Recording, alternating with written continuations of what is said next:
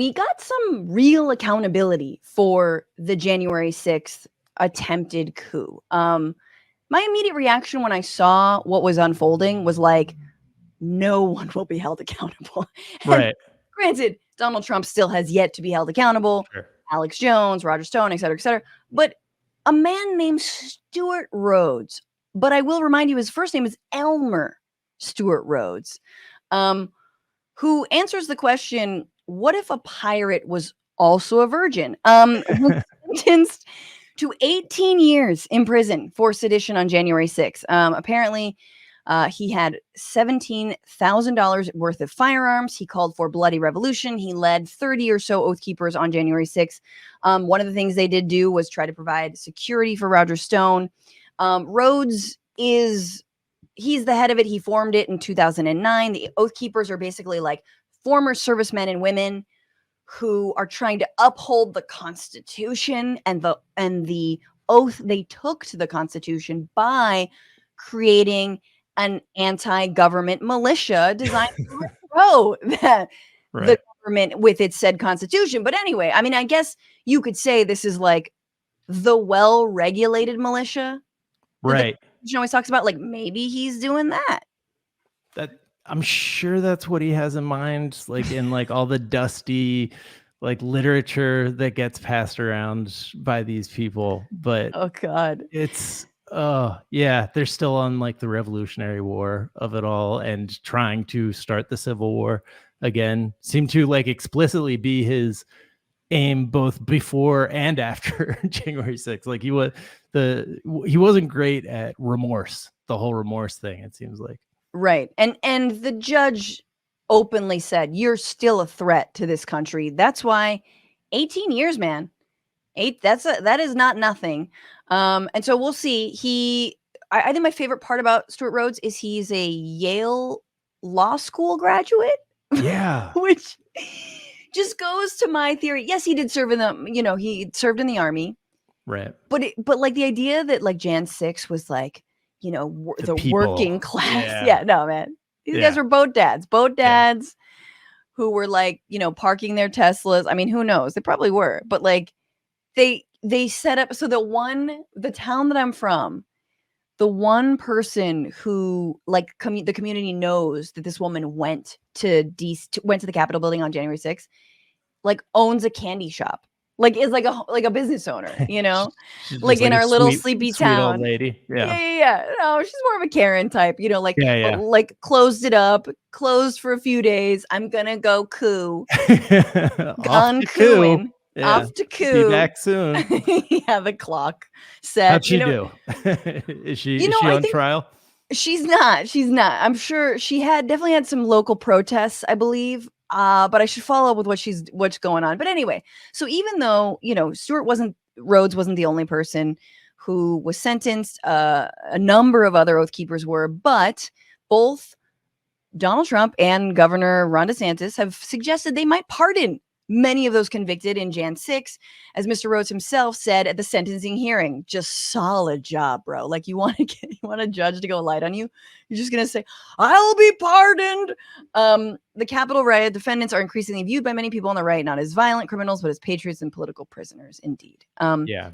The judge's like reading of his judgment was the closest I've heard in a real court of law to that speech from Billy Madison, topical ref, but where he's like, you are awarded no points and may God have mercy on your soul. It was just, he was just like so clear cut. He was like, you're not a political prisoner, sir. You are a threat. You're a bad person.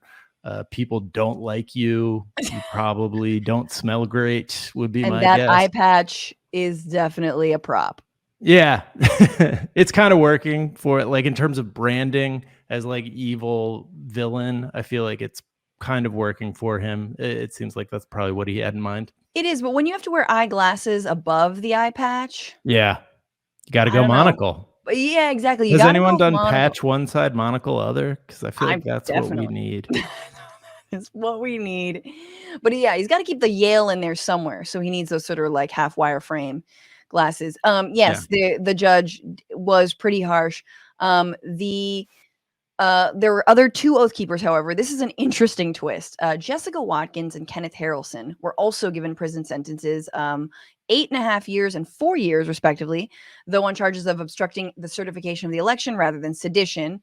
4 members of the Proud Boys were convicted of sedition, including Enrique Tarrio, and they're scheduled to be sentenced in August with a 5th member of the group. And Tarrio has, I mean, to say nothing of the information he was handing to the FBI, he also was like working with a DC police officer. A lot of new shit come to light about that. But let's talk about this woman, Jessica Watkins, because in fact, Jessica Watkins is trans. That's right.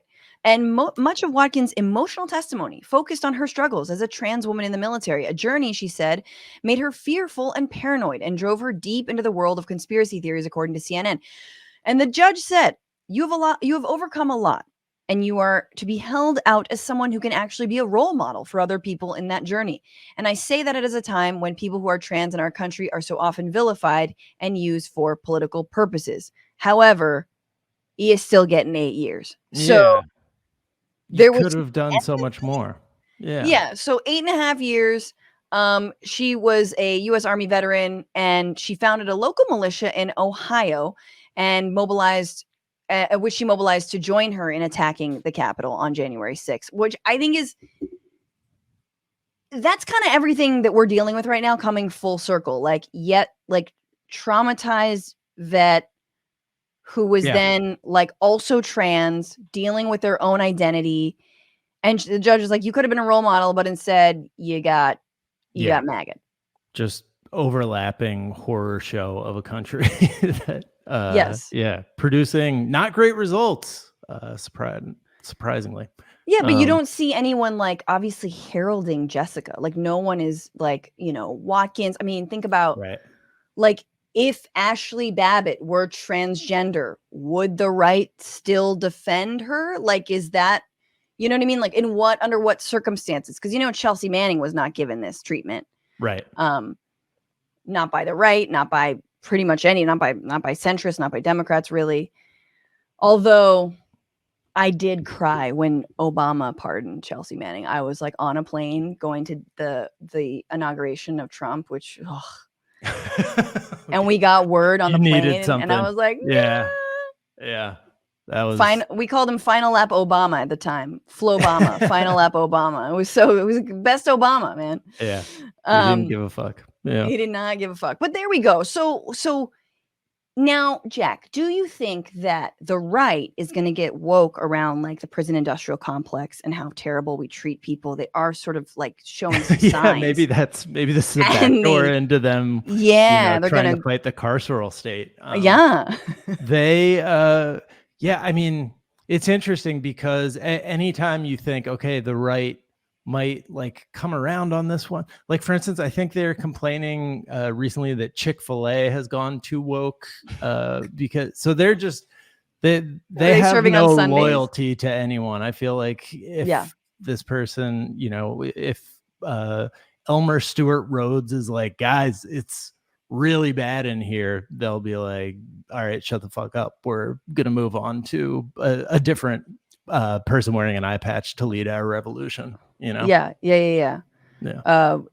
We're talking about, what is it today? We're talking about Target. Like we're on to getting mad at Target rainbow flags today. Yeah, exactly. Right. That's what we've moved on from. No, I mean that's but effectively the things they have said is like, hello, we're not black, okay? Like that's like every time you see them talk about the prison, the carceral system and like how bad conditions are, they're like, I'm blonde. Yeah. So that's I mean, QAnon shaman again. I mentioned selling leggings. Selling leggings, and he didn't like the food offerings in prison, right? Oh, there was nothing vegan. It wasn't vegan, organic, or like, it wasn't farm to table. I think there needs to be a special farm to table prison system. If only they knew, locally sourced. Yeah. If only they knew that's kind of like low key what abolitionists kind of want is like a humane system. Yeah, but he didn't make prison abolition his main thing after he had that experience. Like, unlike, guess who fucking did? Unlike Martha Stewart, you remember that? Yeah, exactly. Yeah, Martha Stewart. It's a real one. But yeah, And I that's feel like not just because of her Sports Illustrated cover. that's right. I feel like rooting for the right to like come around on good, just ideas is like the people who are like rooting for the succession children to like win and inherit. It's like that's not the point of the show. It's like, nah, I think they figured it out this time. I think we're good, and they're going to just like Kendall's really got it. hang.